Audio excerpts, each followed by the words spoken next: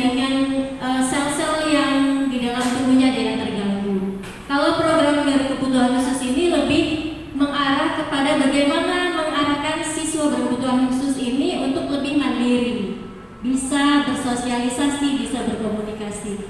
Nah, berkebutuhan khusus ini Bapak Ibu kemarin sudah identifikasi kan?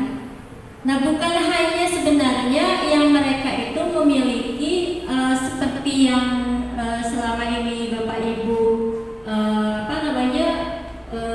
pahami, bukan Bapak Ibu ya, mungkin banyak orang juga memahami jenis kekhususannya. Nanti Bapak Ibu bisa ini ya, ini diagramnya, diagram untuk berbagai ragam disabilitas atau pembagiannya gitu. Disabilitas fisik masuk tunanetra ringan, tunanetra sedang, dan cerebral palsy. Dan ini masih banyak jenis-jenisnya lagi. Ini hanya sebagian saja. Kelainan-lainnya ini learning disabilitas. Ini dyslexia, itu yang sulit membaca tadi. Nah, ini yang kelainan-lainnya ini. Kemudian diskalkulia, sulit berhitung, disgrafia, sulit menulis, disfraksia, gangguan gerakan dan koordinasi. Ini yang paling sering ya kayaknya ya kalau di madrasah. Yang paling sering, kadang-kadang bukan hanya di madrasah, kita juga tanpa sadar kita juga masuk di dalam ini. Di disfraksia sih biasanya, gangguan gerakan dan koordinasi. Jadi membaca titik koordinasi itu kita agak sulit. Jadi kalau Bapak Ibu agak susah menghafal jalan itu ya, menghafal itu masuk di disfraksia. Kemudian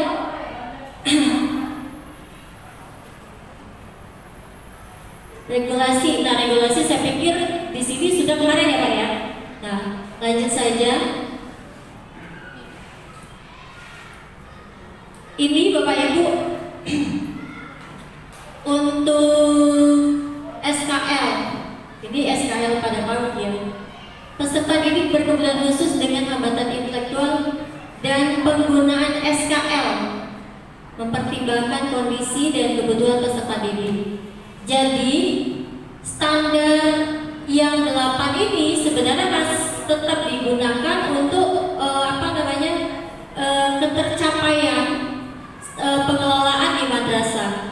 Ya, semua standar ini tetap digunakan, termasuk standar kompetensi lulusan. Hanya saja mungkin nanti untuk anak-anak berkebutuhan khusus ini nanti dibuat standar khusus, tidak sama dengan siswa-siswa lainnya. Peserta didik disabilitas dengan hambatan intelektual di satuan pendidikan umum menggunakan kurikulum yang berlaku pada satuan pendidikan tersebut dan dimodifikasi berdasarkan asesmen awal atau PPI. Nah, mungkin kalau yang semester ini Bapak Ibu belum melakukan asesmen, nanti di semester depan itu mungkin sudah bisa melakukan asesmen. Nah, ini Bapak Ibu sebenarnya sesuai dengan IKM.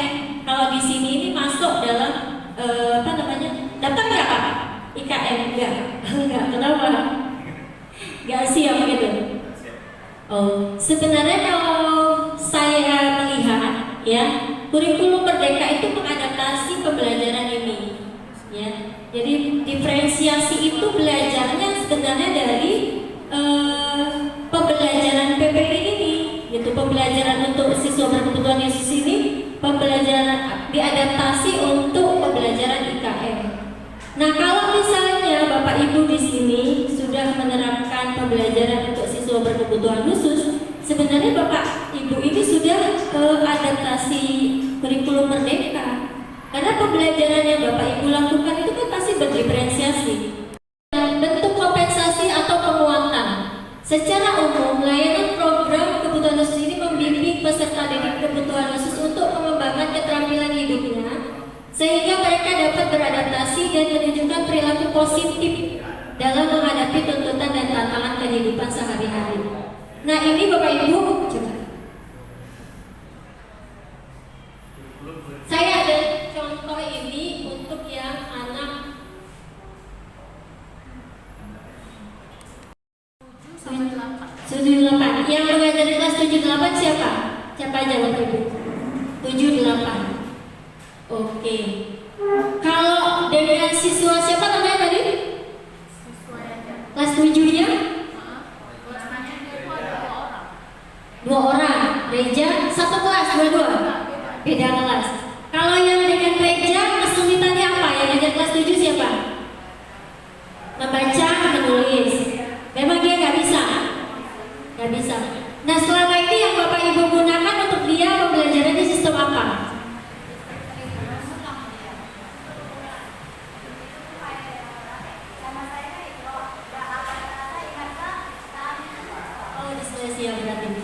Ada sistem lain nggak yang dibuat?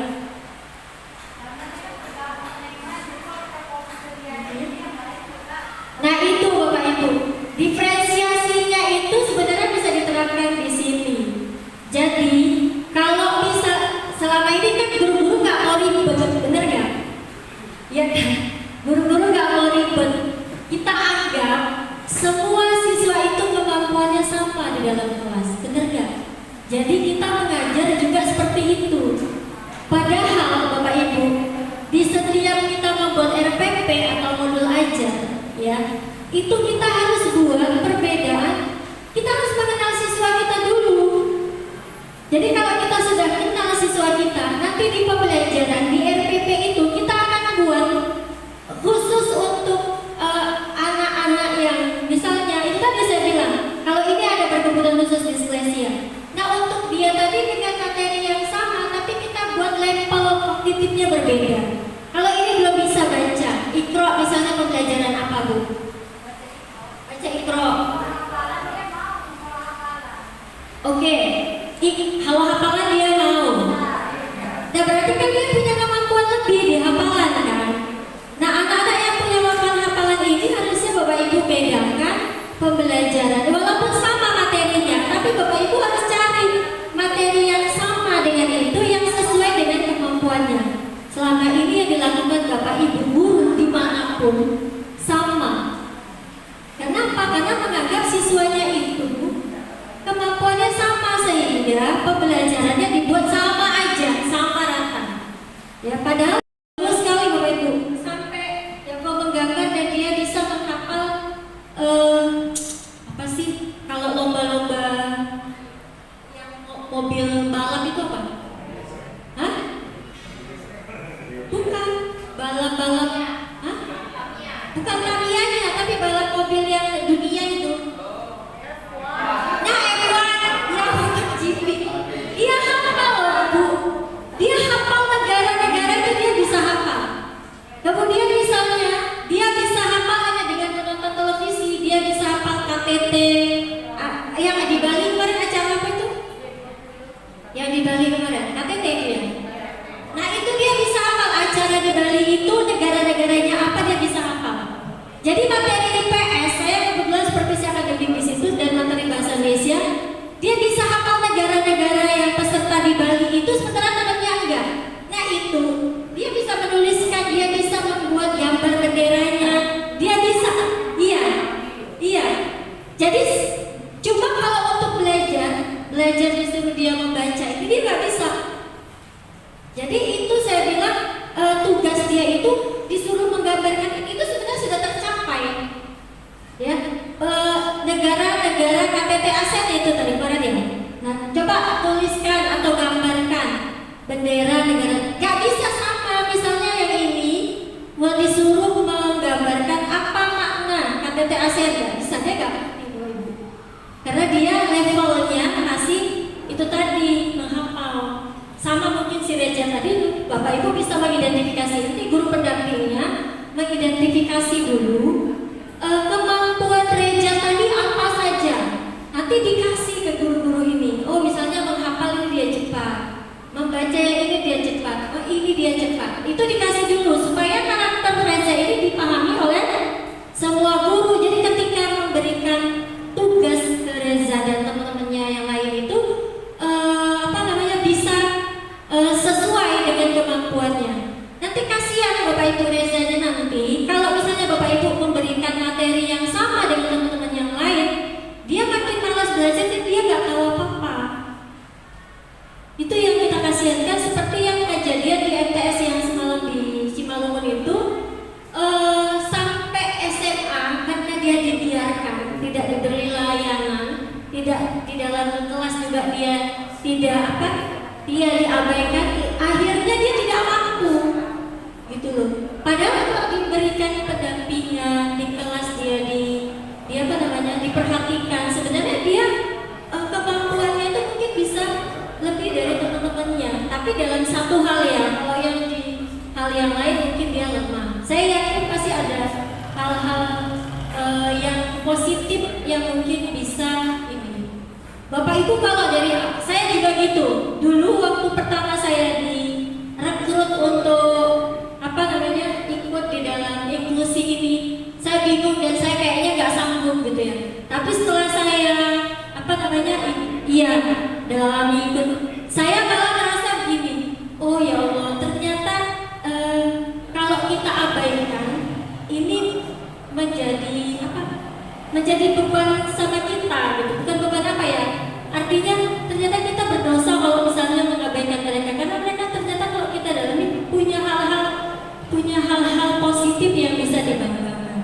Nanti Bapak Ibu, kita nggak tahu ke depan hal-hal positif ini mungkin bisa membawa nama sekolah, nama madrasah. Kalau ini dikelola dengan baik, gitu ya. Nanti mungkin itu GPK nanti bisa mencari hal-hal positif yang bisa dikembangkan dari siswa-siswa kita ini.